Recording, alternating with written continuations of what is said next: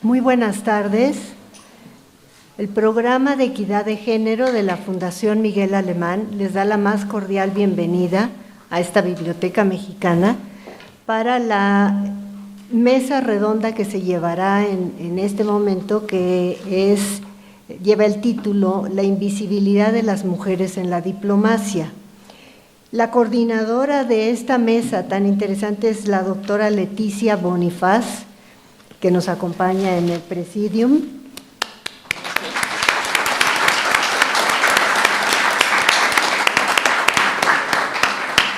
Y como ponentes de los distintos temas que se abordarán son la doctora Mercedes de Vega,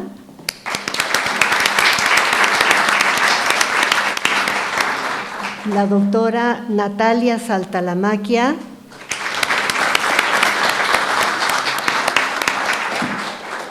y el coordinador del programa de equidad de género, el doctor Sergio García Ramírez, preside la mesa.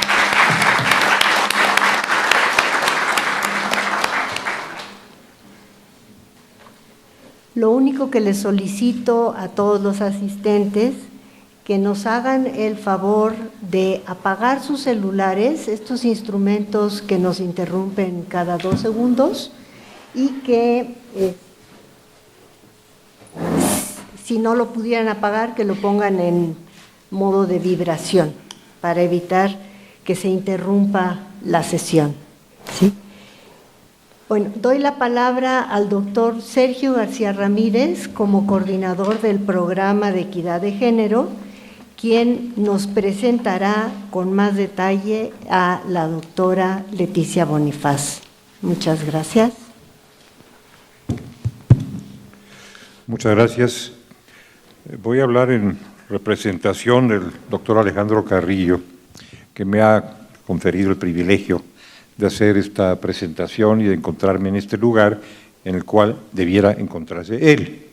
Aprecio esta deferencia y les hago saber, particularmente a los jóvenes que nos honran con su presencia, y desde luego a quienes jóvenes también, pero un poquito menos que los que están acá, les hago saber que la Fundación Miguel Alemán cuenta con una serie de programas de impulso a las ciencias y a las artes. Uno de ellos es el programa denominado Equidad de Género. En este programa evocamos siempre al señor licenciado Miguel Alemán Valdés, presidente que fuera de la República Mexicana, que impulsó la participación de las mujeres en la vida política, promoviendo el voto activo de las mujeres en elecciones municipales, cuando ocupó la presidencia de la República. Después vendrían muchos progresos en la participación de las mujeres, progresos lentos, difíciles, muy esforzados por parte de movimientos de mujeres y también de los varones que las hemos acompañado en este complejo camino que han recorrido hasta este momento. Entre las actividades del programa de equidad de género de la Fundación Miguel Alemán se encuentra la celebración de estas mesas periódicas, conferencias, proyecciones, foros de análisis sobre la presencia de las mujeres en la vida de México, en la política, en las artes, en las ciencias, en las letras, en la economía, en las empresas, en fin, en la vida en general de México. Y a propósito de este tema, justamente, hablamos hace algunas semanas con la doctora Leticia Bonifaz, que es la coordinadora de la mesa, sobre la posibilidad de llevar adelante el desarrollo de un tema que me parece fascinante, que tiene que ver con la presencia de muchas mujeres que han honrado a su país y a su función, acompañando las gestiones diplomáticas de muchos ilustres varones o mujeres también en la representación de México en distintos países. Esa presencia a veces callada, silenciosa, no siempre muy visible, que hay que visibilizar. Este es el tema esencial de esta reunión que aquí nos tiene. Quizá no requiere presentación, pero debo cumplir con esta formalidad, la doctora Leticia Bonifaz. Ella es jurista, ella es profesora de tiempo atrás de la Facultad de Derecho de la UNAM, Ha sido, entre otras cosas, consejera jurídica del Distrito Federal, en su momento, la Ciudad de México, hoy, y en ese desempeño, por cierto, fue la promotora de grandes cambios, de grandes avances, de grandes progresos que merecen un cabal reconocimiento. Yo hago, tienen que ver con la igualdad de género, tienen que ver con la vida familiar, tienen que ver con el desarrollo social, con la presencia de las mujeres en diversos planos de nuestro quehacer. Ahí estuvo presente la doctora Bonifaz, impulsando en su condición de jurista de avanzada, estos desarrollos y novedades legislativas muy importantes. También ocupó la Dirección General de Derechos Humanos de la Suprema Corte de Justicia de la Nación, y ahí contribuyó a la difusión, al conocimiento y la difusión de los derechos humanos en general. No era un área solamente de derechos de las mujeres, pero también de derechos de las mujeres, y se difundió esto muy ampliamente bajo su conducción. En fin, ha tenido múltiples actividades, es periodista, es tratadista, tiene obras publicadas, numerosos artículos, y como dije ya, es catedrática de esa gran institución que es la Facultad de Derecho de la Universidad. Será ella quien conduzca la mesa, no yo, y por lo tanto no me voy a referir, aunque sí saludo con gran agrado, respeto y aprecio a quienes aquí se encuentran, pero será ella quien haga las presentaciones respectivas y quien otorgue el uso de la palabra. No voy más lejos, agradezco de nueva cuenta por encargo del doctor Carrillo y en nombre de esta casa la presencia de todos, todas y cada uno de ustedes, y procedo a dar la palabra a doña Leticia Bonifaz, con la bienvenida afectuosa de la Fundación Miguel Alemán. Gracias.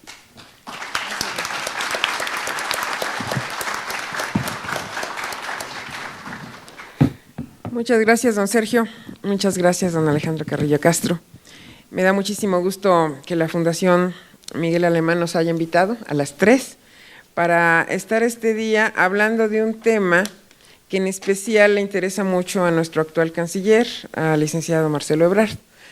Él me encargó desde hace ya unos meses hacer una investigación en la que me está acompañando Mercedes de Vega sobre estas mujeres de las que no se habla y que por eso les llamamos mujeres invisibles o invisibilizadas en la historia de la diplomacia en México.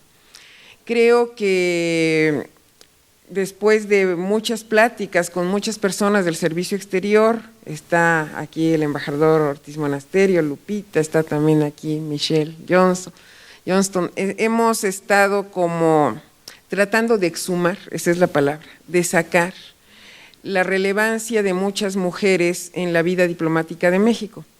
Cuando me entrevisté con el canciller, lo primero que me preguntó fue, ¿quién fue la esposa de Matías Romero? No sé si usted lo sabe, don Sergio. No sé. La conferenciante, por favor. Don Alejandro sabe quién fue la mujer de Matías Romero. La verdad, no sabemos quién fue la mujer de Matías Romero, el diplomático más importante del siglo XIX. Entonces, por supuesto que Marcelo tampoco lo sabía y yo tampoco cuando me preguntó. Entonces fue llegar y empezar a ver en la biografía de Matías Romero si en algún momento aparecía su esposa para saber qué tan relevante era. Al final, la esposa de Matías Romero es Lucrecia Allen, es de Estados Unidos. Él la conoció allá en su segunda visita que lo envió el presidente Juárez. Y en las biografías de Matías Romero, pues son 3 o 4 líneas las que se dedican a Lucrecia Allen. Después de que se da el triunfo de Porfirio Díaz y ya decide retirarse de la vida pública Matías Romero, se va a Veracruz a ver cómo funciona una finca cafetalera, compra otra finca cafetalera que se llama El Malacate en Chiapas, y allá Lucrecia ya es conocida como Doña Lula en Tapachula y ya se vuelve otra historia. No encontré particularmente algo relevante para la diplomacia en México de ella, pero lo que les quiero decir es esta búsqueda de quiénes son. Después de ese suceso, empecé a buscar ya en el siglo XX quiénes habían sido las primeras mujeres que aparecen desarrollando labores importantes en la diplomacia, y en realidad no hay escasísimas notas y biografías de ellas, apenas algunas son relevantes por otras cuestiones, no por su vida diplomática, y por esa razón tanto Mercedes como yo decidimos trazar como una metodología para ir buscando quiénes son estas mujeres, cuáles son las fuentes para encontrar, aparte del acervo histórico de relaciones exteriores, las fuentes hemerográficas, en algunos casos todavía descendientes que nos puedan contar historias, en fin. Entonces, a reserva de que yo les voy a platicar ya de algunos hallazgos, a mí me gustaría darle la palabra a Mercedes de Vega, que fue hasta hace poco tiempo la directora del Archivo General de la Nación, una historiadora de amplísima experiencia, y me gustaría, Mercedes, pues que platicaras cómo empezamos esta aventura juntas. Muchas gracias. Buenos días. Y muchas gracias a la Fundación Miguel Alemán, a don Alejandro Carrillo Castro, muchas gracias don Sergio por estar con nosotros esta mañana, y a Leti y a Natalia pues también por compartir esta mesa. Yo quiero comenzar narrándoles una historia para enfatizar lo que acaba de comentar Leti. En el Excolegio de la Santa Cruz de Tlatelolco, en donde estuvo el Archivo Histórico Genaro Estrada, el archivo de la Cancillería, desde principios de la década de 1970, ahí se ubicó, era la Dirección de Archivo, Biblioteca y Publicaciones. En la sala de consulta estaba un retrato de doña Amalia González Caballero de Castillo Ledón, un poco más grande que estos retratos de los presidentes de México, poquito más grande. Entonces, entraba uno a la sala de consulta y lo primero que veía uno era a doña Amalia, vestida de gala con todas sus condecoraciones, en un óleo que resaltaba mucho su personalidad, una personalidad muy fuerte, muy atractiva, y allí estaba doña Amalia, como invitándonos a estudiarla, como diciendo, aquí estamos las mujeres, aquí está mi archivo personal, porque ella entregó al Archivo de Relaciones Exteriores su archivo personal, y estamos aquí, o estoy aquí, para que los investigadores que llegan a esta sala de consulta se acuerden, cuando menos, de una diplomática, muy relevante, por cierto, en su época, hizo tareas muy importantes que marcaron un hito en la historia de las mujeres en México, pero eso no ocurrió, pese a que doña Amalia permaneció ahí hasta que nos movimos, y digo nos movimos porque me tocó ese movimiento, del Colegio de la Santa Cruz al edificio triangular, en donde está la Secretaría de Relaciones, ahora en Tlatelolco.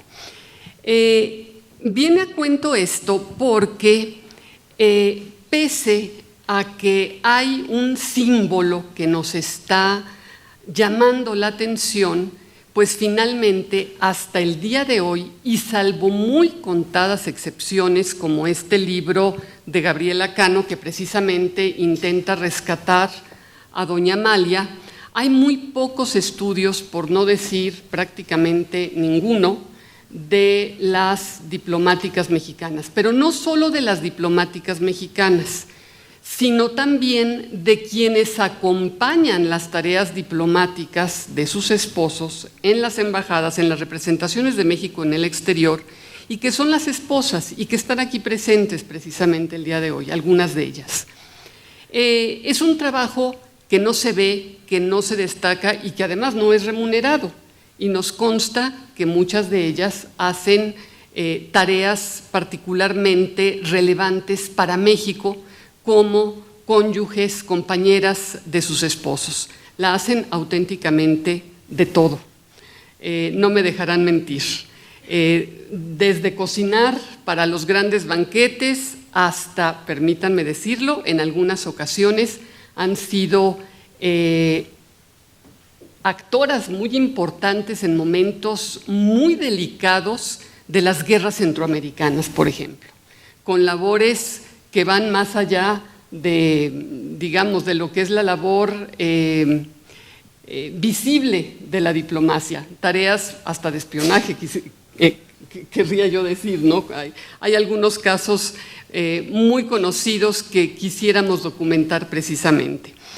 Entonces, ¿qué es lo que queremos hacer? Pues ese llamado implícito del retrato de doña Amalia, hacerlo realidad.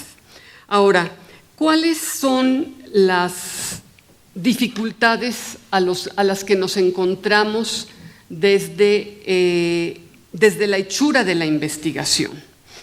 El gran problema, y ya de alguna manera lo apuntó Leti, es que sí hay fuentes, y hay numerosas fuentes, pero las fuentes están fragmentadas, están muy dispersas.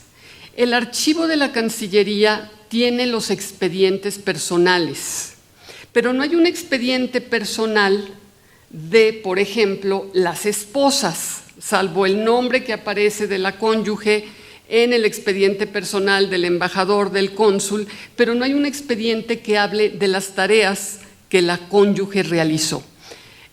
Si nos referimos a estas mujeres que también participan del trabajo diplomático.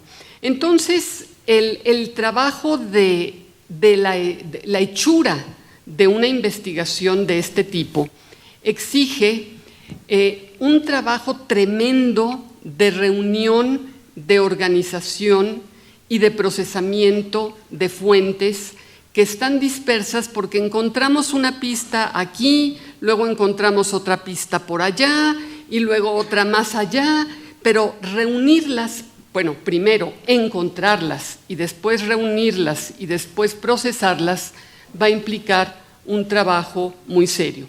Pero lo importante, y es algo que aquí me gustaría remarcar, es que ahí están las fuentes. Y esas fuentes están diciéndonos, queremos que se nos descubra, queremos que estas fuentes hablen de estas mujeres que han sido invisibles. Con mucha justicia, Gabriela Cano, la autora de este libro, dice que en la Cancillería, y eso pues también a mí me tocó, se publicaron 3 tomos de escritores en la diplomacia mexicana, 3 tomos bastante voluminosos, y reclama, decía yo con justa razón, que no se nos ocurrió incluir a ninguna mujer.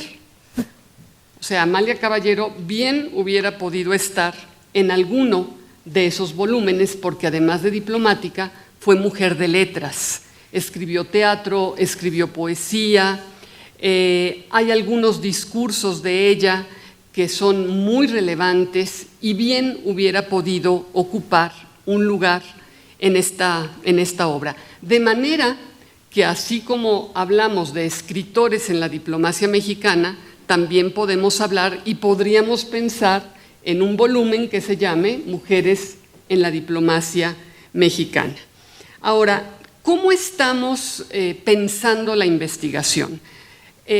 Lo que nosotros quisiéramos hacer es identificar momentos cruciales en la cronología de las relaciones internacionales de México para que a partir de ese momento coyuntural que sea particularmente relevante, encontremos cómo se condujeron algunas mujeres. Por ejemplo, está el caso de Palma Guillén. Palma Guillén se casó con el que era presidente del Banco de España durante la República y a su esposo Nicolau de Olwer lo agarró preso la Gestapo en 2 ocasiones. Finalmente, gracias al trabajo de, entre otros personajes como Gilberto Bosques, pero de ella misma, logra salir, regresan a México, se casan en 1946 y él se convierte en un historiador muy connotado que participa en la redacción en la investigación y en la redacción de la Historia Moderna de México de Cosío Villegas. Entonces, y además ella había estado en Viena, había estado como delegada de México en Viena y realizando un trabajo diplomático, pero poco sabemos de la labor que realizó a aparte de la labor de rescate de quien después se convertiría en su marido, poco sabemos y poco se le menciona respecto de las tareas que hizo para rescatar españoles republicanos y traerlos a México. Hay por ahí un apunte que son de esas pistas que le llaman a uno la atención y que quisiera escarbar más.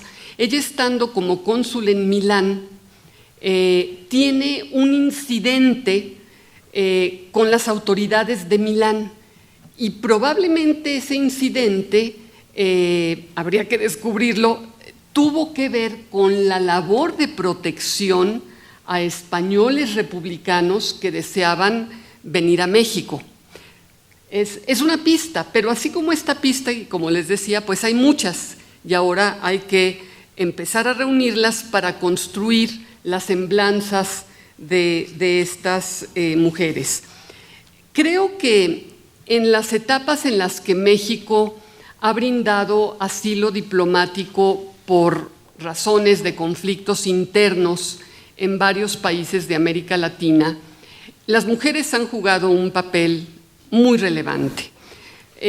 Nosotros hemos platicado y nos hemos imaginado a las esposas de los embajadores organizando, por ejemplo, la supervivencia de decenas de refugiados en las residencias oficiales de México.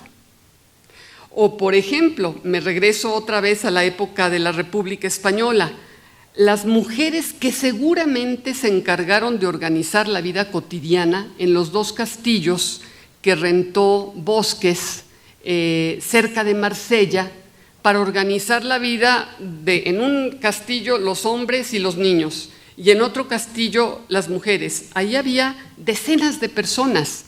¿Quiénes se encargaban de organizar la vida cotidiana de esos 2 lugares?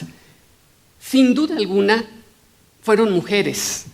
La misma esposa de Gilberto Bosques, de quien se habla poco, ¿verdad?, seguramente intervino de manera muy importante, de manera muy relevante en la organización de todas estas actividades. Entonces, lo que queremos hacer es entonces encontrar estos momentos candentes de la actuación diplomática de México para descubrir cómo se comportaron las mujeres en esas situaciones. Hay en el archivo de la Cancillería están los expedientes personales, como decía hace un momento, de los embajadores. Sin embargo, o de las embajadoras. Sin embargo, los expedientes personales, como el de Rosario Castellanos, en general son muy pobres. Los expedientes personales traen datos de sus cambios de adscripción, de sus datos generales, sus datos personales, pero poco hablan de su participación en las representaciones de México. Entonces, aquí se requiere hacer un trabajo de cruce entre lo que encontramos en los expedientes personales para luego vincularlo con los expedientes que se generan tanto en las representaciones de México como en las oficinas de la Cancillería aquí en México. Entonces, hay algo que va a ser de particular relevancia, que son los informes políticos, y que, por cierto, yo lamento mucho que se hayan dejado de elaborar. Ojalá y Leti sea conducto para transmitirle al canciller la importancia de los informes políticos que dejaron de hacerse hace, no sé, como 4 años, creo. Quizá Natalia tiene información más precisa. Pero esos informes, ¿perdón? Se informa por WhatsApp. Qué grave. Gravísimo. Pues sí, si se informa por WhatsApp, ¿quién reúne esa información? ¿Quién la organiza? ¿Quién la saca de los teléfonos personales para documentar qué se hace en la diplomacia mexicana y cómo esa información llega al archivo de la Cancillería? Eso es terrible. Bueno, entonces está también esa otra fuente que son los informes políticos. Pero también están los archivos personales, como el de Amalia Caballero de Castillo Ledón, como el de Gilberto Bosques, y de otros diplomáticos que donaron sus archivos personales a la Cancillería después de que concluyeron sus tareas diplomáticas. Entonces, pues el reto es, muchas gracias, el reto es enorme, sin embargo, es un reto fascinante y yo tengo la certeza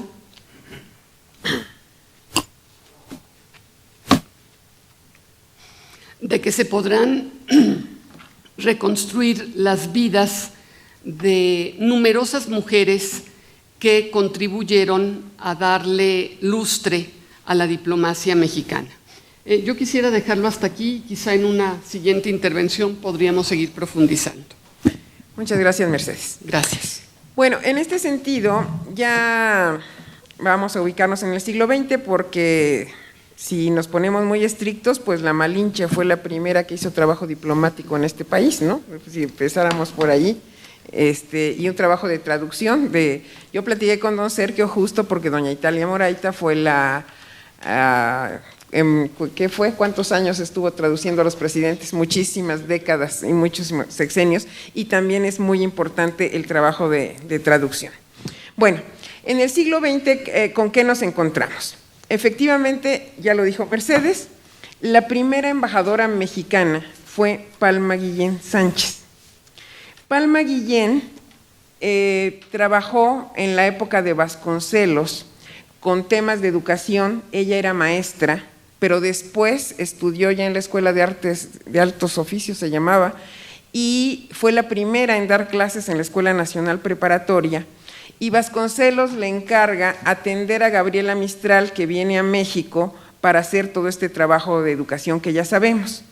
Palma Guillén se dedica exclusivamente a los temas de educación mientras Gabriela Mistral está en México y después deciden enviarla a Colombia como nuestra embajadora plenipotenciaria el 1 de febrero de 1935.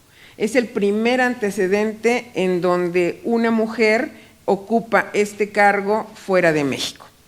No sé si lo sabían, pero a nivel mundial, la primera embajadora que hubo en el mundo fue Alejandra Kollontai, y a ella Lenin la manda a México.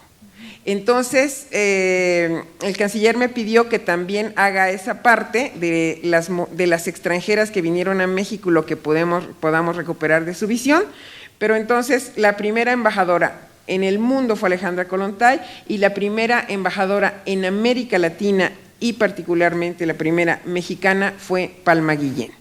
Estuvo después de Colombia, estuvo en Dinamarca en 1936 y 1937. Lo curioso es que las mujeres mexicanas no teníamos la ciudadanía, pero ya había una representación en el exterior, y en muchos países, como en Dinamarca, le preguntaban a Palma Guillén por qué las mujeres en México no votaban, y ella se quedaba sin palabras porque no podía explicar cómo ella, siendo representante de México ante otro país, no podía justificar por qué no se avanzaba en el voto de la mujer hasta, como ya lo dijeron, a nivel municipal con Miguel Alemán. Después, Palma Guillén fue miembro de la delegación mexicana en la Liga de las Naciones de 1937, instaló la oficina consular en Berna en 1940, fue consejera en Cuba en el 42, fue agregada cultural en Roma en el 52, cónsul en Milán, que es la parte que ya platicó Mercedes, fue nuestra representante ante la UNESCO en el 64, en el 65 acudió al seminario sobre la mujer en la vida pública celebrado en Ulan Bator, Mongolia, en fin. Ella murió por un accidente automovilístico, pero bueno, la historia de Palma Guillén la tenemos bastante documentada ya. Hay solo un libro que contiene gran parte de su vida, que es de un notario de la Ciudad de México, de apellido Adame, y después nosotros lo que empezamos a ver es que hay mujeres muy relevantes alrededor de José Vasconcelos. Es decir, para encontrar a una mujer relevante hay que luego ver dónde está el hombre que impulsó o que dio el primer empuje para que se desarrollaran varias mujeres alrededor. Y sin duda uno de esos hombres es José Vasconcelos. no siempre para bien, pero en general José Vasconcelos dio un impulso muy importante, entre otros, a Palma Guillén. Está, por ejemplo, una mujer que se llamó Elena Vázquez Gómez. Ella trabajó en la Embajada de México en España, en París, en Cuba, en Perú y en el consulado en Nueva York, y fue secretaria de la Comisión Mexicana contra el Racismo en 1943. En la época del general Cárdenas hay varias mujeres haciendo trabajo diplomático fuera de México, pero también hay otro tipo de hombres que también son relevantes para hacer que varias mujeres tengan una participación muy activa, y estaría hablando de Diego Rivera, de Siqueiros y de la propia Frida Kahlo, que en ese grupo habían personas como María Asúnzolo, que aunque no fue diplomática en estricto sentido, hizo mucho trabajo cultural en Cuba y de lo que hoy llamamos cooperación internacional. Aparte de María Asúnzolo, está Machila Armida, y ya viene la importancia de lo que estuvo diciendo Mercedes, de doña Amalia González Caballero de Castillo Ledón, que ella es reconocida por su lucha por conseguir el voto de la mujer, pero doña Amalia González Caballero de Castillo Ledón fue representante de México ante la ONU, ante la OEA, embajadora en Suecia en el 53, en Suiza en el 54, en el 57, en Finlandia en el 59, en Austria en el 65, fue ministra plenipotenciaria del 53 al 56. Tenemos ya muchos nombres y les digo, en algunos casos quedan asociados a un personaje hombre como el de José Vasconcelos, y les digo que no siempre es positivo, porque tenemos el caso de Elena Arizmendi, y hay un libro recién editado que se llama así, se llamaba Elena. En la obra de Vasconcelos aparece Elena Arizmendi con el seudónimo de Adriana, pero Elena Arizmendi fue conocida como la amante de Vasconcelos, y después de que ellos tienen un conflicto muy fuerte, ella toma en Estados Unidos su propio camino, y aparte de que fundó aquí la Cruz Blanca, fue líder de las mujeres ibéricas e hispanoamericanas y fundadora de algo que se llamó el feminismo internacional. Está también Elena Torres Guzmán, muy cercana a Vasconcelos. Encabezó el Congreso Feminista Panamericano en Baltimore en 1922 y el Congreso Feminista Panamericano de 1923. Fue asesora en UNESCO y tuvo mucho trabajo muy relevante Elena Torres Guzmán. Siguieron pasando los años y nosotros podemos ubicar que después de la época de Lázaro Cárdenas viene como un momento en donde no hay muchas mujeres participando y podemos llegar hasta Ruiz Cortines. Y allí pues tenemos a la primera ministra de la Suprema Corte de Justicia de la Nación, que fue antes representante de México ante la Organización Internacional del Trabajo, doña María Cristina Salmorán de Tamayo, y tenemos también como parte de los años 50 a otras personas iniciando una trayectoria en la diplomacia mexicana, y en los años 60 pues personajes como Paula Alegría Garza, que también fue embajadora en Dinamarca. Antes de seguirles dando algunos datos de los que ya encontramos, me gustaría pues darle la palabra a Natalia Saltalamaquia. Ella estuvo hasta hace muy poco encargada del Matías Romero y tiene un enfoque también particularmente relevante para ir completando esta investigación de la que les estamos platicando. Natalia, por favor. Muchas gracias a la Fundación por la invitación, desde luego a la querida y admirada Leti Bonifaz. Qué honor estar aquí sentada con don Sergio García Ramírez, que me entero que es coordinador de un programa de equidad de género y él siempre está a la vanguardia de la expansión de derechos, ¿no? Es, digamos, una de las personas que más ha contribuido en México para que los derechos de todos sean mejor reconocidos y garantizados. Y pues yo siempre admiré el trabajo de Mercedes de Vega, ¿no? Es la mayor experta en la historiografía, en el acervo documental histórico de la diplomacia mexicana, así que qué bueno volver a verte, Mercedes, por aquí.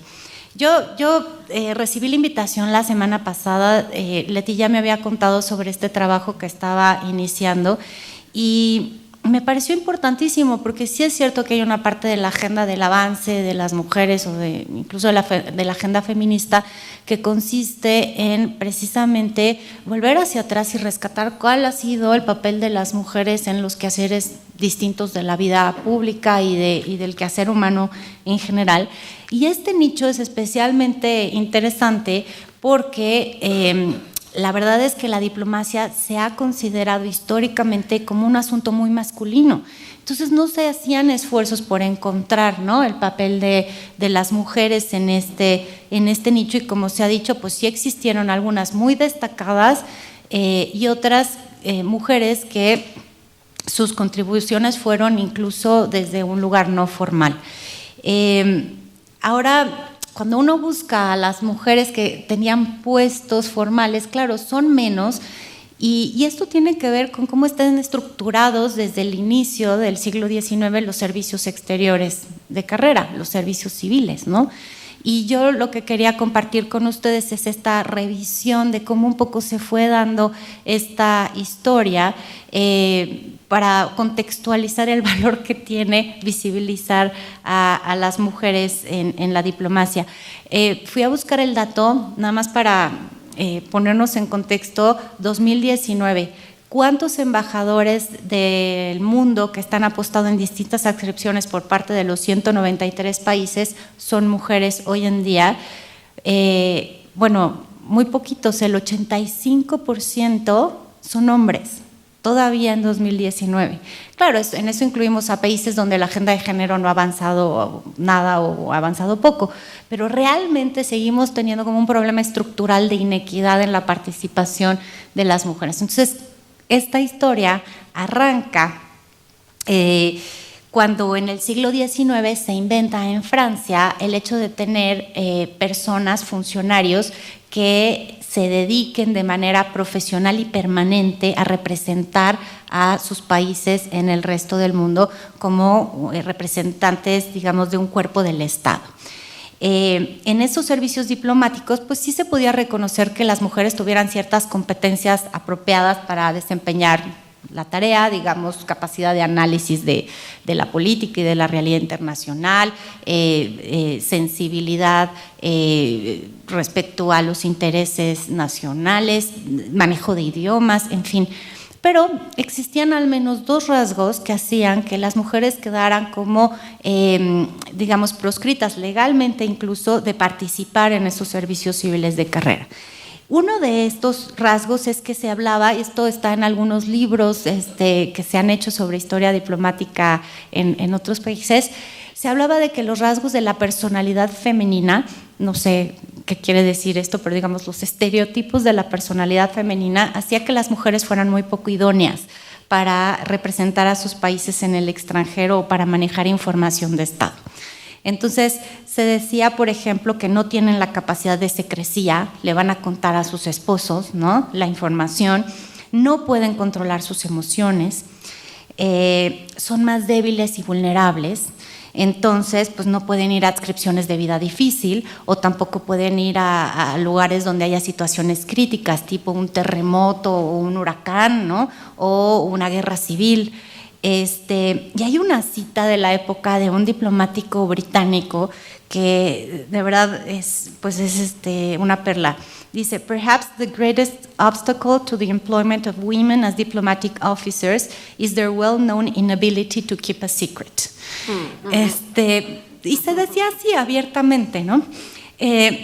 La segunda motivación o el segundo rasgo que hacía que las mujeres no estuvieran contempladas es que se pensaba que el estilo de vida del diplomático pues no se aparejaba con el rol de género que las mujeres estaban destinadas a cumplir. Entonces, dado que las horas de trabajo eran extenuantes y podían, pues los embajadores aquí presentes y las embajadoras del mundo saben, son jornadas de trabajo larguísimas fuera de casa, pues les dificultaba hacer su papel de cuidadoras de los esposos o de cuidadoras de los hijos, ¿no? También el tema de la movilidad constante, pues no se aparejaba a ese rol de género. Entonces, cuando a principios del siglo XX sí se empezó a aceptar legalmente que participaran en el servicio exterior, las primeras reglas fueron, no pueden estar casadas y si están casadas y si en algún momento se casan, tienen que renunciar a su puesto de trabajo, ¿no? Estas eran las primeras disposiciones legales cuando ya se aceptó que las mujeres entraran.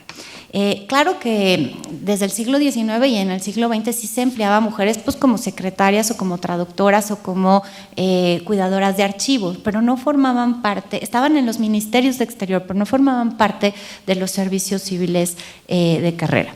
Y aquí entro con una parte que me da mucho gusto escuchar de este proyecto, porque en mis lecturas, que no han sido académicas o sistemáticas, sino por interés, ¿no?, por estar cerca de la Cancillería a lo largo de los años, pues he leído libros de historia diplomática de otros países, y esos autores sí rescatan que las mujeres participaban y rendían servicios al trabajo diplomático de manera extraoficial, y principalmente lo hacían en su carácter de vía, pues, por ejemplo, de esposas o de parejas de los diplomáticos, que es algo que ustedes dos ya han mencionado aquí. Y sí se ha hecho un trabajo en otros lugares, qué bueno que se va a hacer para México, de rastrear cómo las mujeres eran verdaderas socias, ¿no? Un equipo en estas representaciones en el exterior, y claro que se hacían cargo de la parte práctica de los traslados o de la parte práctica de atención para los eventos sociales y las cuestiones de representación, pero también tejían redes de sociabilidad y de conocidos. Y tenían esto que a lo que apuntaste, que es que muchas veces se convirtieron en canales de conducción de mensajes importantes y receptoras de mensajes importantes, porque pues se hacía pues en espacios que no eran los formales, ¿no? Y entonces con mujeres con muchas iniciativas, ¿no?, para generar este tipo de insumo que después podían ser útiles pues a los embajadores, cónsules, etcétera. Ahora, hasta ese momento pues no se les aceptaba a ellas mismas como representantes de su país, como les dije. Entonces medio rastré rápidamente cuándo se empezó a abrir la parte legal de todo esto. En el continente americano sí fue en Estados Unidos la primera ley del servicio exterior de 1922, donde se acepta la participación de mujeres. Todavía se acepta, pero para que se queden dentro del Departamento de Estado, ¿no? Todavía la idea no es que puedan viajar, si están fuera, pues dos temores, los que ya mencioné, pero la otra, no van a ser tomadas en serio. Entonces, esto hacía que mejor que se queden a hacer el trabajo diplomático en el país. En México la ley del servicio consular de 1923 señalaba que solo podían prestar servicio como empleadas, ¿no? Luego se empiezan a nombrar a mujeres embajadoras en los años 40. Es verdad que está el caso muy mencionado siempre de Kollontai, ¿no? Pero pues justamente es importante porque es excepcional, ¿no? Es excepcional este nombramiento de Lenin y por eso pues lo narramos siempre, ¿no? La participación de la embajadora Kollontai. Las mujeres llegan a ser nombradas como embajadoras primero por la vía política, no por la vía de un ascenso dentro del servicio civil de carrera, donde uno entra en el rango más bajo y a través de los procedimientos que estén establecidos, concursos, etcétera, suben hasta ocupar el rango más alto. Las primeras embajadoras son nombramientos políticos. Entonces son mujeres que están cerca del poder por su talento, por su capacidad de gestión, son singulares, sin duda, en su ambiente. Y bueno, por eso reciben estos nombramientos. Yo, por ejemplo, tenía este eslabón perdido de Palma Guillén que ustedes están mencionando, porque en la historia que, por ejemplo, el Instituto Matías Romero muchas veces pone sobre la mesa para alentar a más mujeres jóvenes que entren al servicio exterior, la verdad es que empezamos con el nombramiento político de doña Amalia Castillo Ledón en Suecia en 1956. Y no habíamos incorporado, ¿no?, este papel de Palma Guillén. Ese fue un nombramiento político. La primera mujer del servicio exterior mexicano que llegó a rango de embajadora es Paola Alegría. que mencionó Leticia, y por eso hay una sala en la Cancillería, en el primer piso de la Cancillería, que lleva su nombre, ¿no? El nombre de Paula Alegría. Y una cosa muy interesante, todas fueron nombradas en países nórdicos. Tú mencionabas a Palma Guillén y dijiste Dinamarca. Lo mismo sucedió, o sea, el primer puesto de doña Amalia fue en Suecia y el de Paula Alegría también fue en Dinamarca. ¿Y cuál es el hilo conductor ahí? Ahí la idea es que esos eran países donde había agendas más progresistas, ¿no? Donde las mujeres habían logrado mayor presencia en el espacio público y por lo tanto se iba a considerar más seriamente a una embajadora mujer que en otros países, ¿no? Entonces era como espacios donde podían desempeñarse mejor, se pensaba, las mujeres diplomáticas. Y hoy en día todavía seguimos teniendo estas consideraciones, o sea, en la Comisión de Personal del Servicio Exterior se piensa, a ver, necesitamos se abre la embajada en Emiratos Árabes Unidos, ¿mandamos a una mujer o no? Porque depende, ¿no?, de qué capacidad de interlocución va a tener o no. Y recientemente se tomó una decisión de que sí, ¿no? Y tenemos por primera vez desde hace 3 años a una embajadora mujer en Emiratos Árabes Unidos. Y fue una decisión que en 2015, que se pensó seriamente. ¿Todavía tenemos que seguir con los patrones de género o seguimos nuestra propia agenda, que es darle a las mujeres embajadoras las oportunidades que hay y romper con estas categorías? El tema de las mujeres en la diplomacia también ha crecido, no solo por la vía de los ministerios de exterior, sino por su participación como diplomáticas en organizaciones internacionales, en la ONU.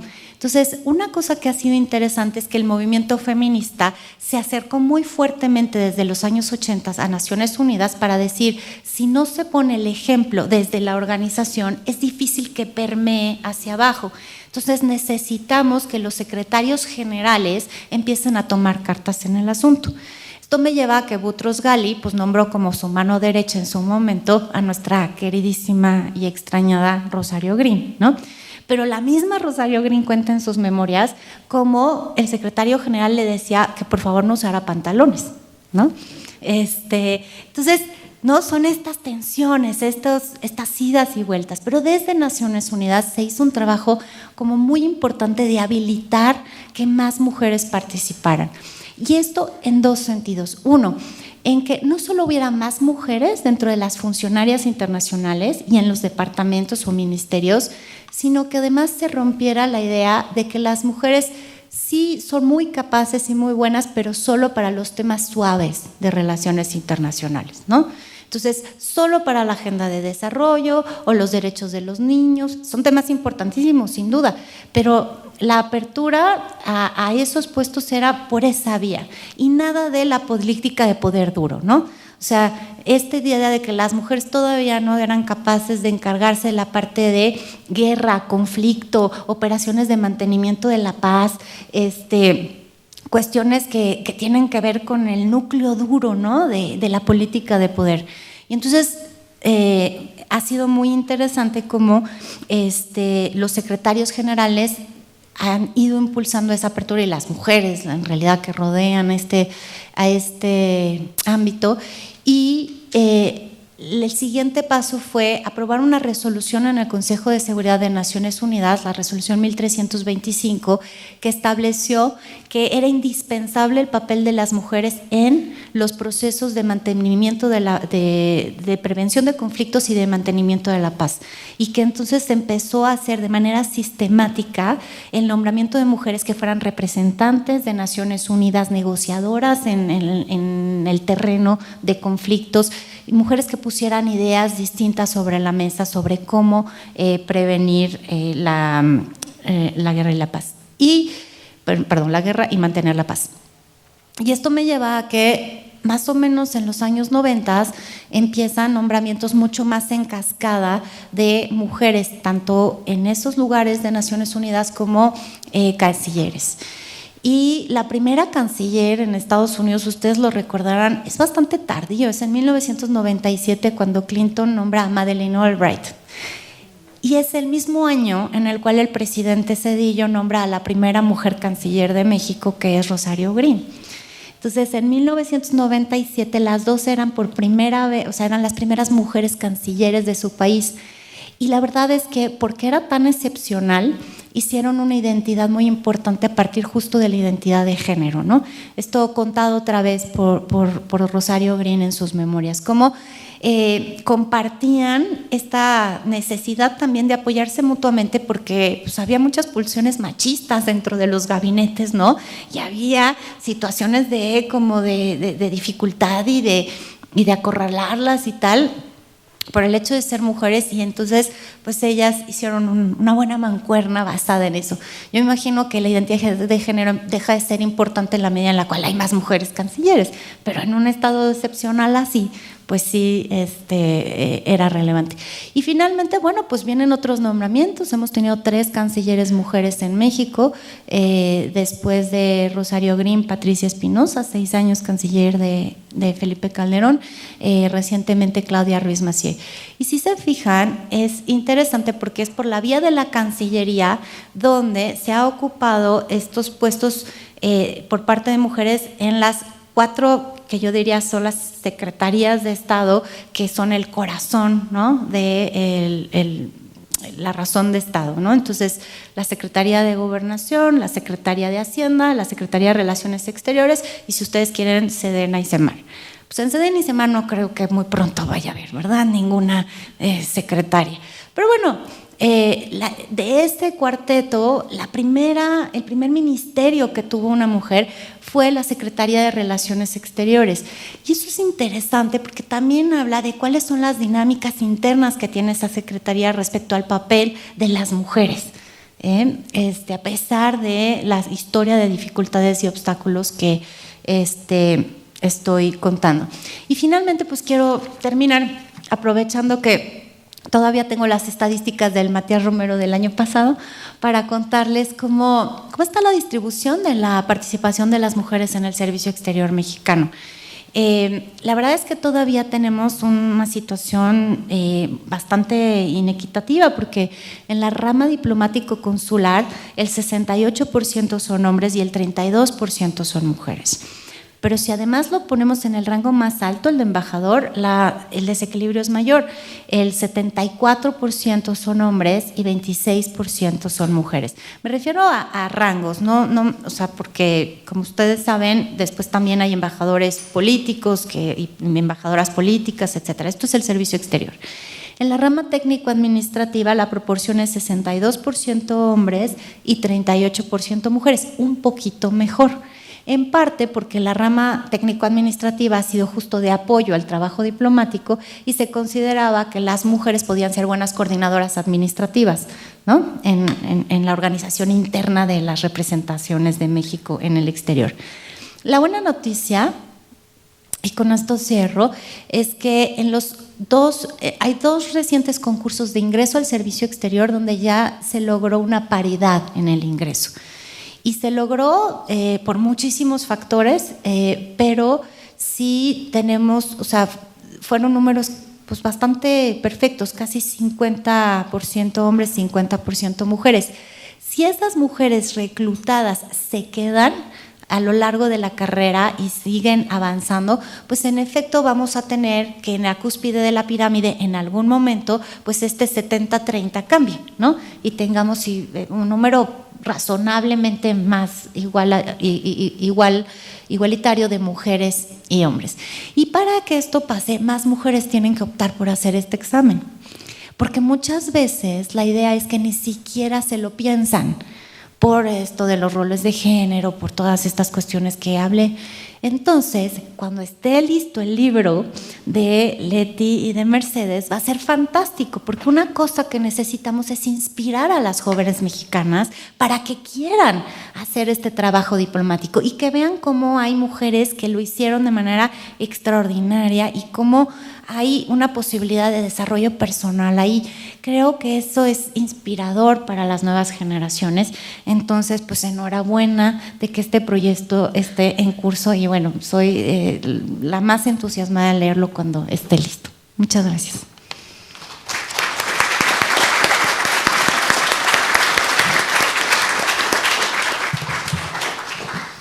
Muchas gracias, Natalia. En todo el trabajo de revisión, ya Mercedes mencionó en varias ocasiones el tema del exilio español, y casi todo el mérito se lo ha llevado el general Cárdenas, pero doña Amalia Solórzano tuvo un papel muy relevante. Y junto con Amalia Solórzano, un grupo de mujeres que eran parte del gabinete, de esposas de los miembros, los integrantes del gabinete del general Cárdenas. Por ejemplo, me encontré a María de los Ángeles A, que todavía no sé qué sea la A, ojalá pronto sepa, de Chávez Orozco, porque Chávez Orozco era el personaje y María de los Ángeles A, que todavía no sé qué sea, a ella le encargaron específicamente toda la atención y el recibimiento de los niños de Morelia. Entonces, eso es muy relevante. Y también está en la época del general Cárdenas un mujerón, que es Matilde Rodríguez Cabo, que tuvo una vida propia, y ahí me encontré pues que el general Mújica fue un feminista fuera de tiempo, o sea, fue un feminista auténtico que permitió, así era en esa época, el desarrollo de su mujer, al punto que tuvo mucha luz propia Matilde Rodríguez Cabo. Ahí aparece pues la abuela de amigos míos, y seguramente don Sergio conoce a Carmela Gil de Vázquez Vela, es mamá de Carmelita Pérez Vela, y ella organizó, ellas estuvieron en todo este trabajo que ordenó el general Cárdenas para la atención en el exilio. Y efectivamente el libro va a tener un espacio para cónyuges porque sí es muy importante. De hecho, algunas de las invitadas que están aquí hoy ya me han platicado historias muy interesantes de este trabajo diplomático, y gracias a ellas me enteré de una frase maravillosa de Feodora de Rosenzweig, que dijo que el trabajo diplomático lo hacen dos y le pagan a uno. Porque efectivamente la esposa está realizando un trabajo casi al paralelo y de la misma intensidad muchas veces, pero ellas no solo no están en los expedientes, sino ellas no reciben ningún emolumento. Entonces, justamente aquí Lupita me ha platicado de un tema en Afganistán, Michelle de un tema allá en Paraguay, de cómo el caso de lo que decías de la guerrilla centroamericana con Susi Uriuegas, en fin. Entonces sí va a haber un capítulo relacionado con las esposas, y aquí hemos encontrado algunas cosas muy relevantes, desde personas como la esposa de Narciso Bassols, Clementina Batalla, que tiene también una vida propia, un gran impulso y una personalidad muy fuerte. Digo yo, la vida de Clementina Batalla es muy importante, no depende de Narciso Bassols, pero tenemos dos historias trágicas, verdaderamente trágicas, que es la de Manuelita Mota, esposa de Alfonso Reyes. El libro se llama Reina de Reyes, y la verdad deja muy mal parado a Alfonso Reyes con las feministas de hoy. Tal vez en su tiempo no se veía mal, pero Manuelita Mota yo creo que es la mujer más sufrida que ha documentado su vida en la historia de México. Y el mismo caso de Argentina Casas Olloqui, que fue esposa de Rodolfo Usigli, y que también se dio el tiempo de narrar memorias en donde se puede ver este papel de mujeres que yo les llamaría fantasmas, que mujeres que estaban allí, que pasaban limpiando y que no se les dio ni se les valoró en la dimensión que tocaban. He estado buscando, todavía no llego a analizar bien la vida de la esposa de García Robles, pero sí necesito ver qué rol jugaron y en qué casos fue muy trascendente. El canciller también me pidió ver algunos casos de mujeres que han visto a México. No sé si voy a regresar, si me voy a ir hasta el tema de Madame Calderón de la Barca, pero de los mejores casos perfectamente documentados es de la esposa de un agregado de los Estados Unidos que sí documentó cotidianamente su vida en México, y que el libro que ella escribió narra la vida cotidiana y también toda esta parte que ahí ya no sabemos, que las mujeres decías que no son en aquella concepción, que no eran capaces de guardar secretos, pero tampoco los hombres, porque todos se lo contaban a doña Edith, y gracias a que O'Shaughnessy, que se apellidaba este irlandés que estaba como agregado en México, gracias a que él le contaba, ella pudo narrar una historia de la parte más importante, que sería el último año de Madero, la llegada de Huerta y el primer año de Carranza. Todo está narrado a través de la esposa de un agregado de la Embajada de Estados Unidos y narra desde vida cotidiana hasta cuestiones muy importantes de la historia de México. El proyecto no solo está muy interesante, sino en algún momento vamos a tener que decir y acotar hasta dónde llegamos, porque si nos seguimos más en el tiempo, pues ya tenemos en la época de Echeverría, pues el nombramiento de Rosario Castellanos como muy relevante, y también en la época de López Portillo, seguramente la conoció muy bien, a la embajadora Graciela de la Lama. Yo creo que la diferencia de esto que decía Natalia, de mandarlas a Suecia, Dinamarca, Noruega, a los países nórdicos, pues a Rosario Castellanos le toca Israel en un momento nada sencillo, y a Graciela de la Lama le toca la India en 86 y Egipto del 88 al 92, que ya son adscripciones complejas y ya se ve claramente cómo el mundo había cambiado. Yo quisiera dar espacio a preguntas del público, pero como Mercedes esperaba su segunda ronda, no sé qué más quieras agregar y después abrimos a preguntas y respuestas. No, yo creo que podemos... ¿Podemos abrir? Sí. Don Alejandro, venimos a aprender también, yo sabía que... Por favor. Sí.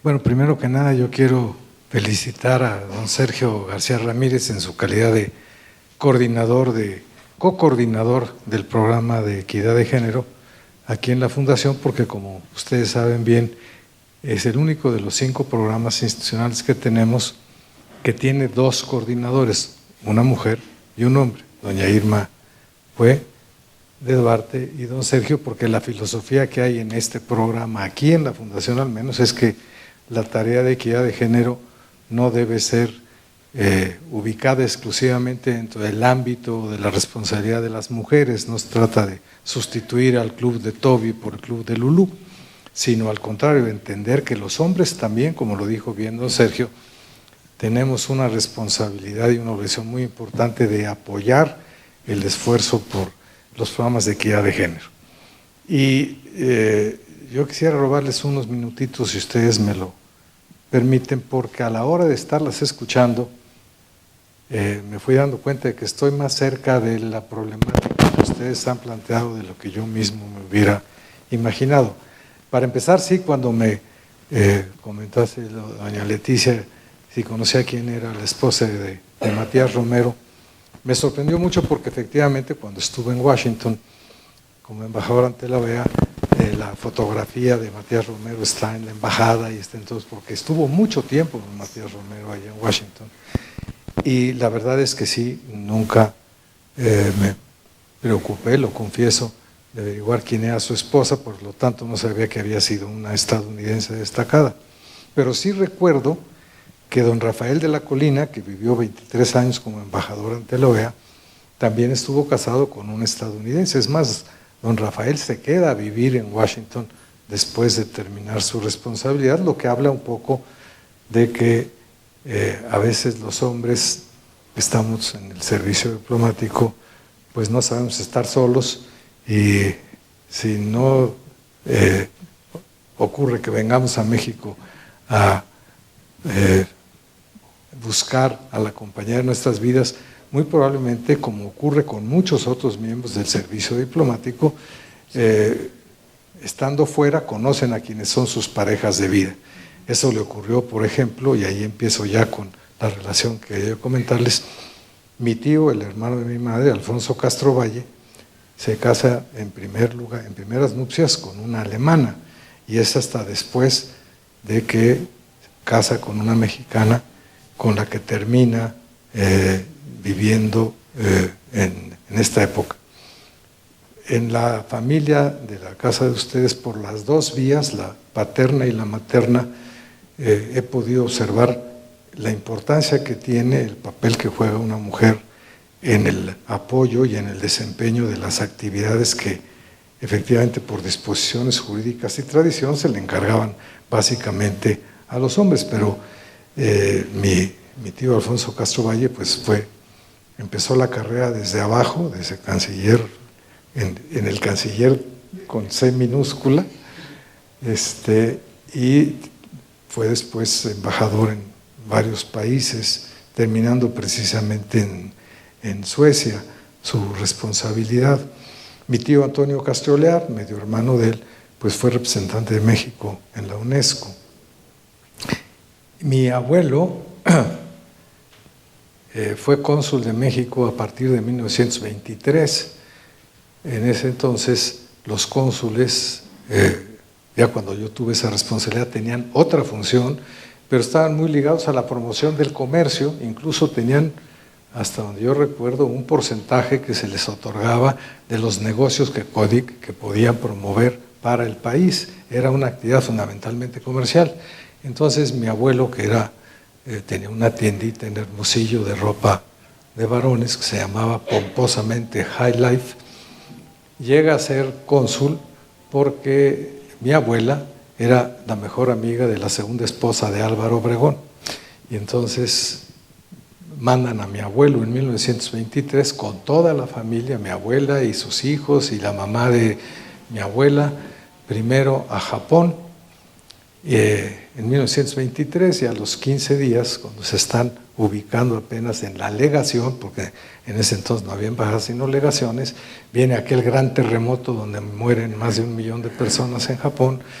A mi abuelo le cae una viga en la espalda, y entonces en compensación Obregón manda a toda la familia a que se vayan a Londres. Entonces mi abuelo, mi abuela, su abuela, y la abuela de mi padre, todos se van a Londres, con tan mala pata que a los 2 años los zapatistas asesinan a una hacendada en Puebla, una señora Evans, que era australiana, pero entonces Australia formaba como actualmente parte del Commonwealth, y entonces les dan 48 horas el gobierno británico para que salgan disparados fuera de Londres, y entonces finalmente se ubican en San Antonio, en donde, según me cuentan mi padre, mi abuela y mi abuelo, tenían que vivir momentos difíciles porque en las tiendas y en los restaurantes y en todos decían no se permiten negros, perros y mexicanos. O sea que la vida de las familias y de las esposas de los en ese entonces cónsules pasaban por circunstancias muy difíciles. Yo recuerdo que de no haber sido por mi abuela, no creo que todos estos desempeños hubieran tenido el éxito que relativamente tuvieron. Finalmente mi abuelo se va también como cónsul a Nueva Orleans y finalmente termina en Perú. Por la vía de mi padre, accidentalmente a propósito de lo que aquí señalaba, lo mandan a abrir la embajada, la primera embajada en el Cairo de lo que fue la República Árabe Unida, cuando estaba unida por unos cuantos años Egipto y Suecia, antes de que llegara Jorge Castañeda, padre, y doña Marta. Y yo recuerdo que sin mi madre no hubiera podido hacer nada mi padre, porque llegamos a ubicarnos a un hotel, no había nadie, casi nadie más, y mi madre afortunadamente había formado parte del servicio diplomático en su calidad de, en ese entonces, auxiliar. Ella era taquígrafa parlamentaria en inglés y en español, y trabajó durante mucho tiempo en la comisión de reclamaciones que se estableció, que trabajaba 6 meses en Washington y 6 meses en México. La acompañaba mi abuela 6 meses, y mi padre, cuando se enamoró de ella, que seguramente porque hablaba muy buen inglés, había vivido en Nueva York, pero era una extraordinaria taquígrafa parlamentaria, le pasó una cosa al revés de lo que ustedes están diciendo. Ella ganaba más que mi padre cuando se casaron, y mi abuela obviamente le dijo a mi padre: si te casas con esa cosa rara, no me vuelves a ver, porque ¿qué clase de persona puede ser alguien que va 6 meses a Washington sola. Bueno, iba acompañada de su madre, pero aún así, para mi abuela, ese monstruo de mujer que trabajaba y ganaba más que mi padre, no podría ser más que anuncio de un desastre familiar increíble. Entonces,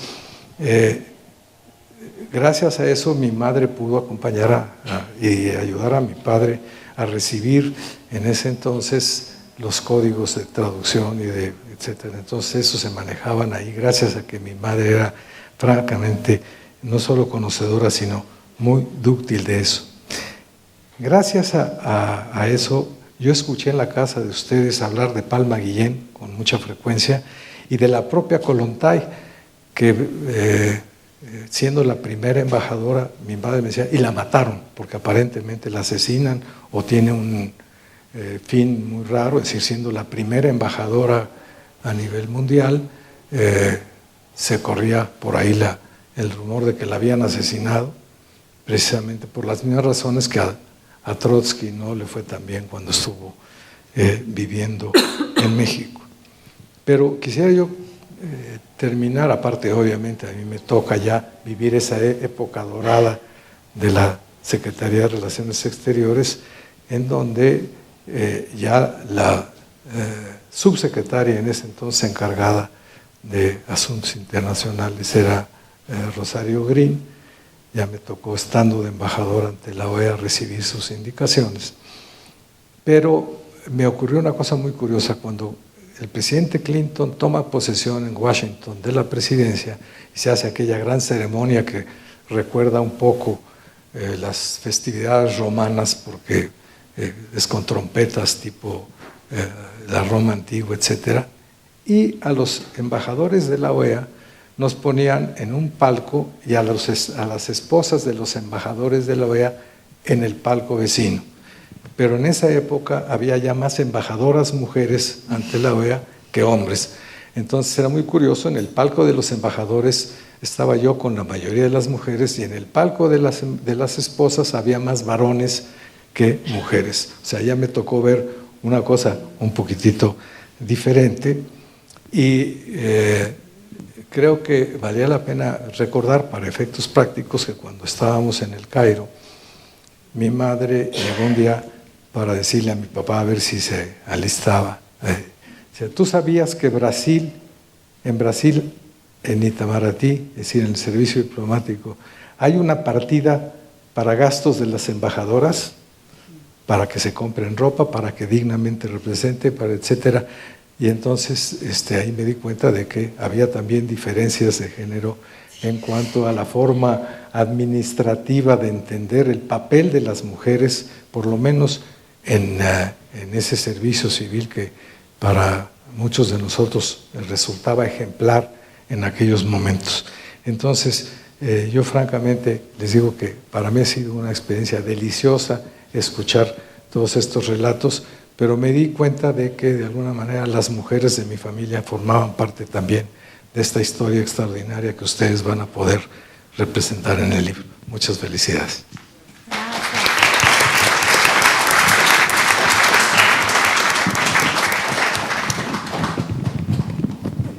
¿Alguien más que se anime?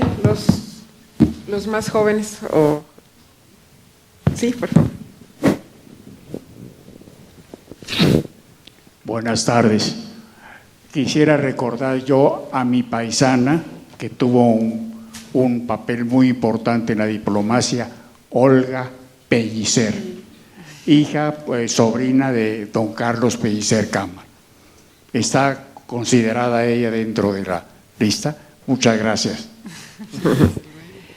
Natalia es una no solo amiga cercana de doña Olga, y el punto en donde estamos es determinar si va a haber personas vivas o no, porque doña Olga está por fortuna todavía con nosotros.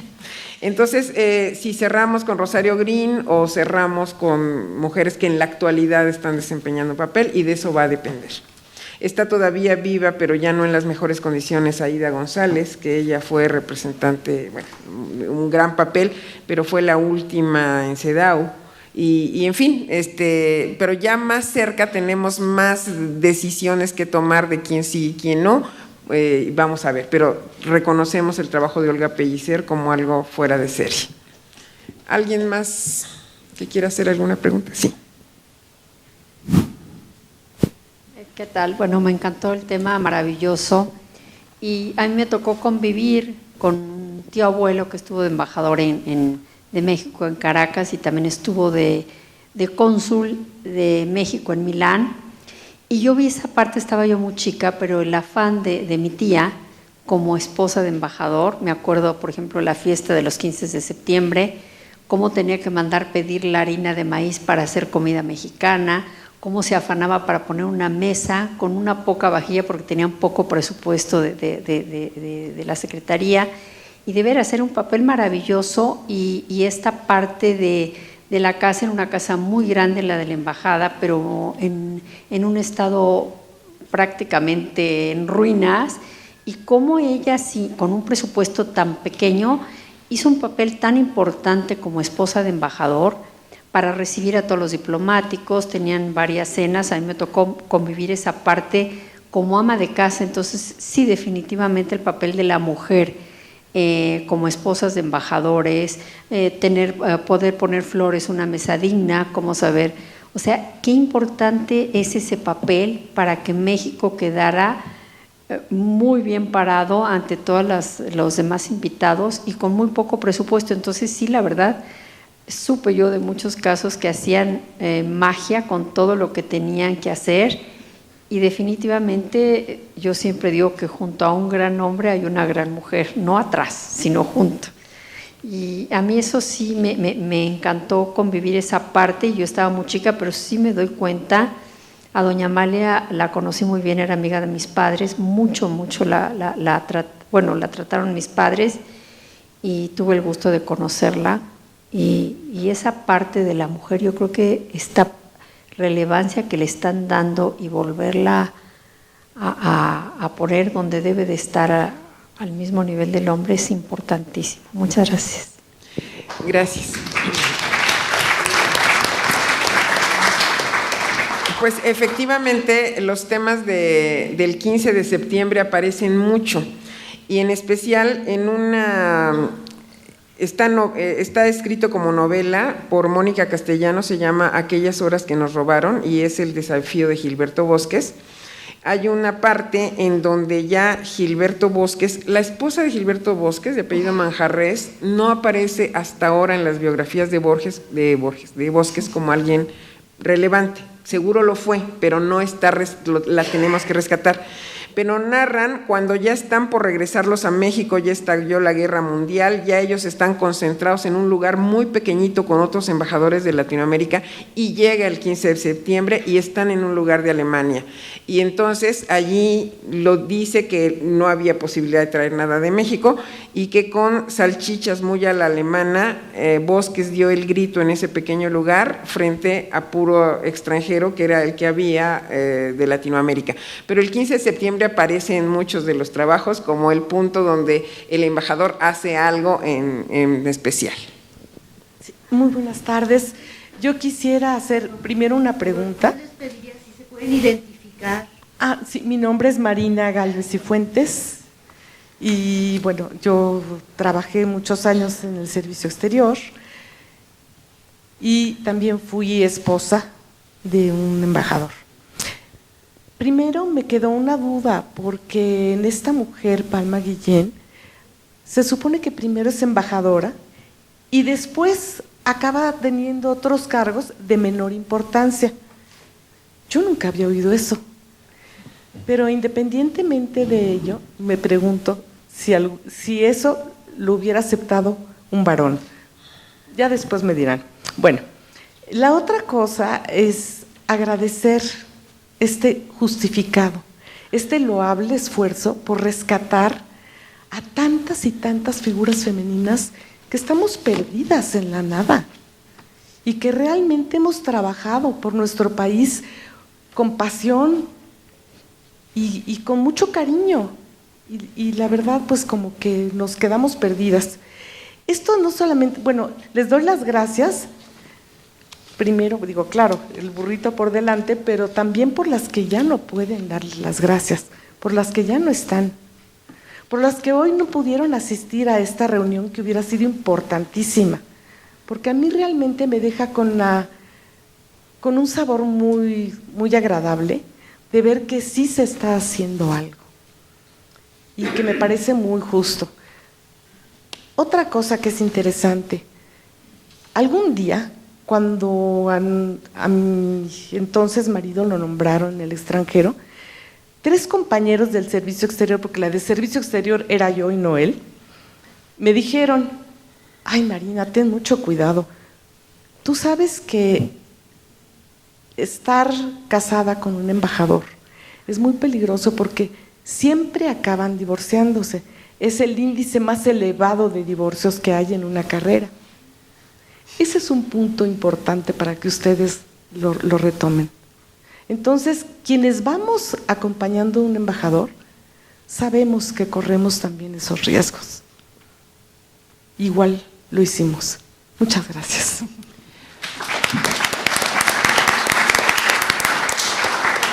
Muchas gracias, Marina. Déjenme decirles que Marina ha sido de las aliadas más importantes porque me ha dado nombres que yo no tenía en el radar, y que sí ya me puse a investigar.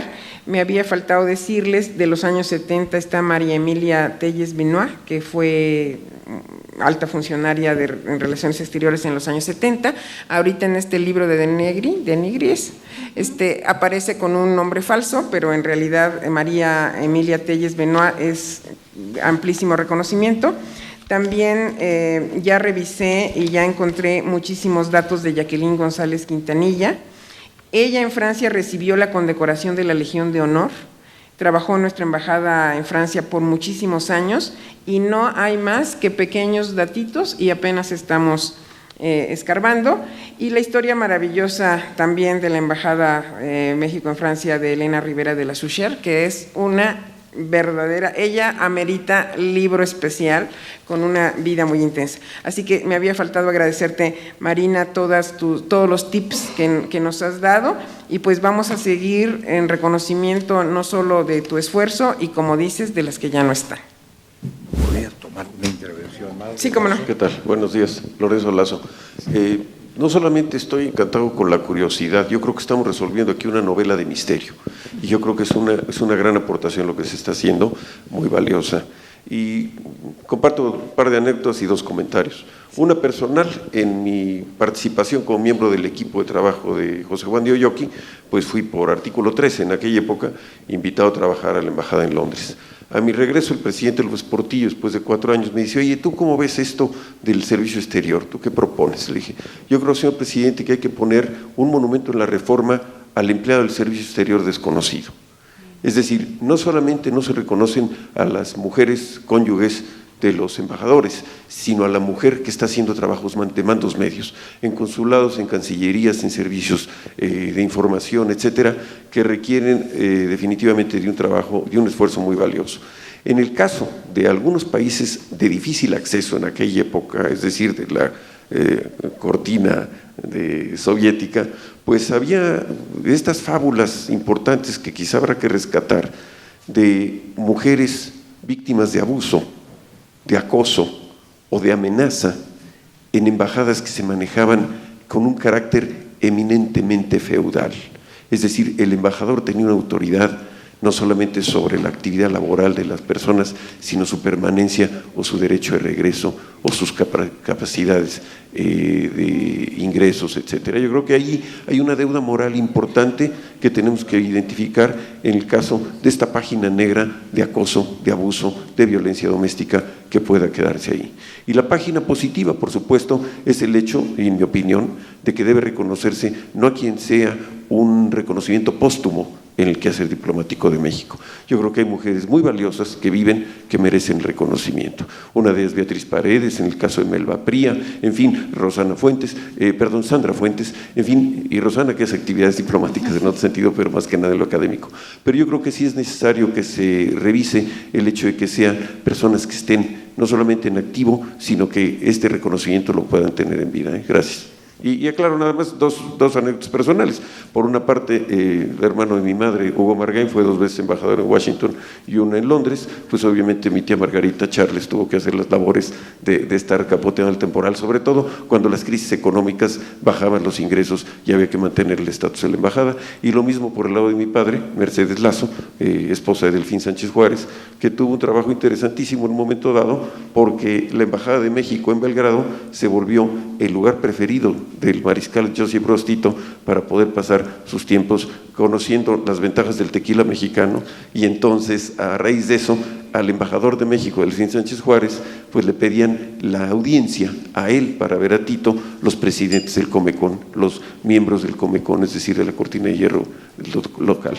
Hay una interesante historia de diplomacia privada, pero definitivamente en este caso creo que es necesario dejar muy claro que hay una página negra en algunas partes de la actividad diplomática y que a reserva de preservar el anonimato y el respeto a las mujeres que lo sufrieron, sí es justo reconocerle esos tiempos. Gracias.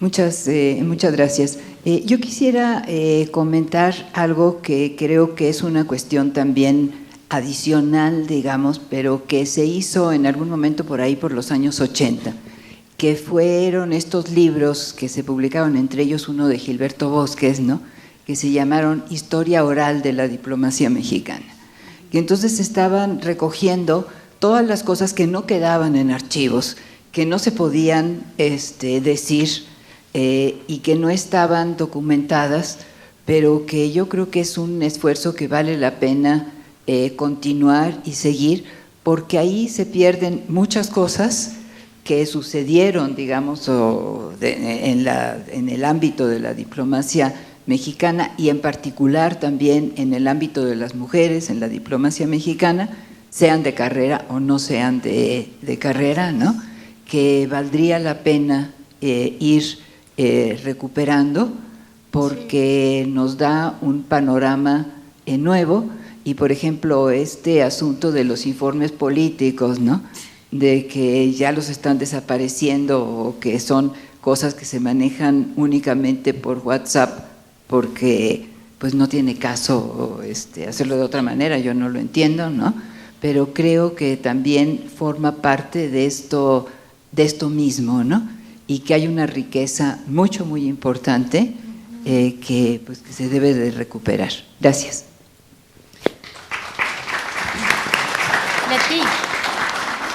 Leti, ¿puedo comentar? Sí, claro.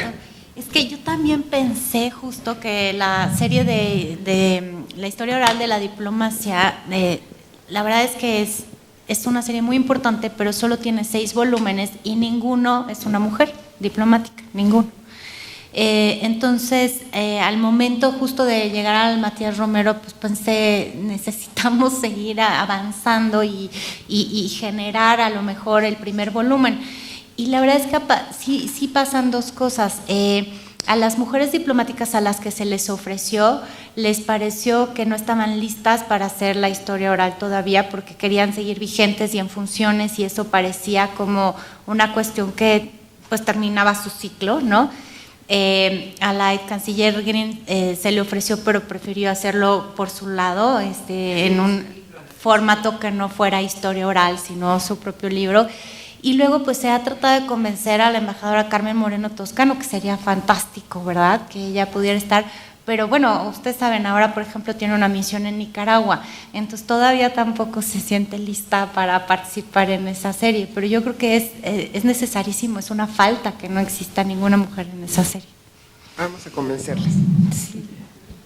Pues muchas gracias. Yo le daría por último la palabra al doctor Sergio García Ramírez para que nos haga favor de concluir la mesa, agradeciendo por supuesto a nuestras invitadas y ponentes. ¿Perdón? Sí, disculpe, tenía yo la mano levantada. Más que pregunta, bueno, pues es un comentario. Aletia Fernández de la Reguera, investigadora del Instituto de Jurídicas de la UNAM. Felicitarlas muchísimo por este proyecto.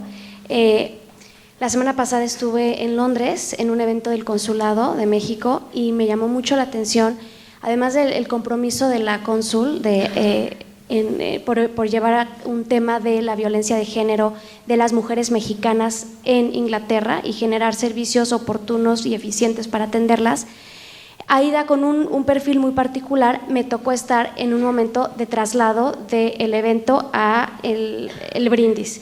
Y yo dije, bueno, esta cónsul no solamente es el trabajo consular que hace, pero además estaba pendiente de los canapés, o sea, un trabajo que yo pensé, si fuera varón, pues posiblemente tiene otras asistentes o tiene otras mujeres que están haciendo ese trabajo emocional y de cuidado que es fundamental para no solamente el éxito del trabajo que está haciendo, sino el buen desempeño de lo que implica esta representación de México en el exterior. Entonces, pues una enorme felicitación y ojalá y este trabajo lo podamos llevar también a la reflexión de los retos actuales y los obstáculos que todavía enfrentan las mujeres en el servicio exterior y sobre todo esto, ¿no? Visibilizar el trabajo emocional y el trabajo de cuidado, que es parte fundamental de un buen desempeño de estas personas que nos representan. Muchísimas gracias.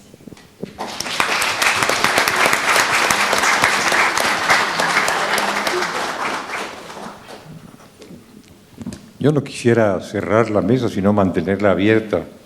Ha sido un torrente de experiencias, de enseñanzas, de sugerencias, todas muy valiosas, que han enseñado mucho. A mí, por lo menos, me han enseñado mucho. Y ya que estamos refiriendo algunas anécdotas, a mí me gustaría agregar una a propósito de una mujer. Aquí se ha hablado de nuestros parientes, de nuestros amigos, de nuestras madres, de nuestros padres. En fin, me gustaría referirme a alguien a quien usted mencionó, doña Leticia, a mi madre. Sucedió que ella no era, desde luego, funcionaria del servicio exterior, pero una mujer trabajadora que durante muchos años estuvo cerca de las actividades diplomáticas de este país, asistiendo como intérprete oficial a los presidentes, a varios presidentes de México a partir de 1948. No voy más lejos porque sería revelar su edad y a ella no le gustaría, aunque no me está escuchando físicamente, pero seguramente está atenta a lo que estoy diciendo. La anécdota que voy a referir y que he escrito alguna vez es la siguiente. Me correspondió alguna vez por formar parte de un pequeño grupo que acompañó al presidente, entonces don Miguel de la Madrid, a los Estados Unidos en una visita oficial. Y tuvimos una reunión de trabajo, una reunión comida con el presidente Ronald Reagan y algunos miembros de su equipo de gobierno. Era una reunión muy interesante, muy importante para México y seguramente también para Estados Unidos, pero en aquel momento mi madre era la intérprete. Entonces yo vi ahí a mi madre en función de intérprete y ella me vio a mí en mi función, que ya conocía desde luego, de procurador. Bueno, empezó la discusión, empezó la conversación entre ambos equipos y en un momento dado el presidente de México, don Miguel de la Madrid, me dijo, bueno, ahora le voy a pedir al señor procurador, él era muy generoso, me llamaba señor procurador, bueno, muy bien, me había designado, podía llamarme así, entonces le voy a pedir al señor procurador que haga uso de la palabra y que se refiera a los temas de su competencia, que son algunos de los más complejos en la relación bilateral, lo eran en ese momento y lo siguen siendo. Y entonces mi madre comenzó a interpretar y me empezó a interpretar a mí. Entonces dije yo, bueno, voy a hacer uso de la palabra, pero voy a rogar a la señora intérprete que ahora, como tantas veces antes, a lo largo de tantos años, me haga el favor de corregirme si cometo algún error. Me haga el favor de asumir la palabra a ella cuando note que yo estoy cometiendo equivocaciones. Yo noté que el presidente de los Estados Unidos y sus gentes abrían unos ojos inmensos y se preguntaban de qué está hablando este señor. Ya perdió la razón, ¿verdad? Y como que se volvió hacia el presidente Reagan, hacia don Miguel, interrogándole con la mirada, y le dijo don Miguel, bueno, lo que pasa es que la señora intérprete es la madre del señor procurador y seguramente él se está refiriendo a la relación que existe entre ellos y a las muchas correcciones que muy probablemente le hizo durante su infancia, durante su adolescencia y no sé si ahora, durante su madurez. Bueno, fue una cosa simpática. Yo también estuve familiarizado con cuestiones del servicio exterior y quisiera concluir simplemente diciendo que en el ámbito de la Organización de los Estados Americanos, como en otros ámbitos regionales, También ha habido muchas tareas a cargo, lo sabemos, y aquí se ha hecho alusión a ellas, a cargo de mujeres que poco a poco han ido avanzando, poco a poco han ido caminando. Desde que se creó la Comisión Interamericana de Mujeres con mucho esfuerzo, porque se excluía a las mujeres de los acuerdos internacionales, de los congresos, de las conferencias, de los grupos de trabajo, pero no se les excluía por una vieja costumbre, sino deliberadamente, reguladamente. Se les excluía, bueno, empezaron a aparecer en el escenario del sistema interamericano de una manera paulatina, todavía muy poco equilibrada, pero hace unos cuantos días, y esta es la buena noticia, hace unos cuantos días los integrantes de la Corte Interamericana de Derechos Humanos tuvieron la ocurrencia feliz, afortunada, de designar a una mujer para presidir la Corte Interamericana de Derechos Humanos. Es la segunda vez que una mujer preside la Corte Interamericana, y eso a mí como varón, que alguna vez formé parte de la Corte bajo el imperio de una mujer que fue presidenta, me da mucho gusto. La doctora Elizabeth Odio Benito, costarricense, será la presidenta de la Corte Interamericana a partir del mes de enero. Y como ellos vienen, los jueces, quiero decir, el tribunal con alguna frecuencia a México, relativa frecuencia desde luego, pues yo sugiero que cuando vengan, don Alejandro, los jueces y juezas de la Corte, bueno, jueza es nada más una, la presidenta, los jueces y la jueza de la Corte, pues podamos invitarles a este recinto durante un rato, unos momentos, para que con esta misma compañía pueda ella hablar de sus experiencias como jueza de la Corte Interamericana y como jueza de la Corte Penal Internacional, que lo fue durante varios años, y como vicepresidenta de la República de Costa Rica, que también lo fue durante algún tiempo.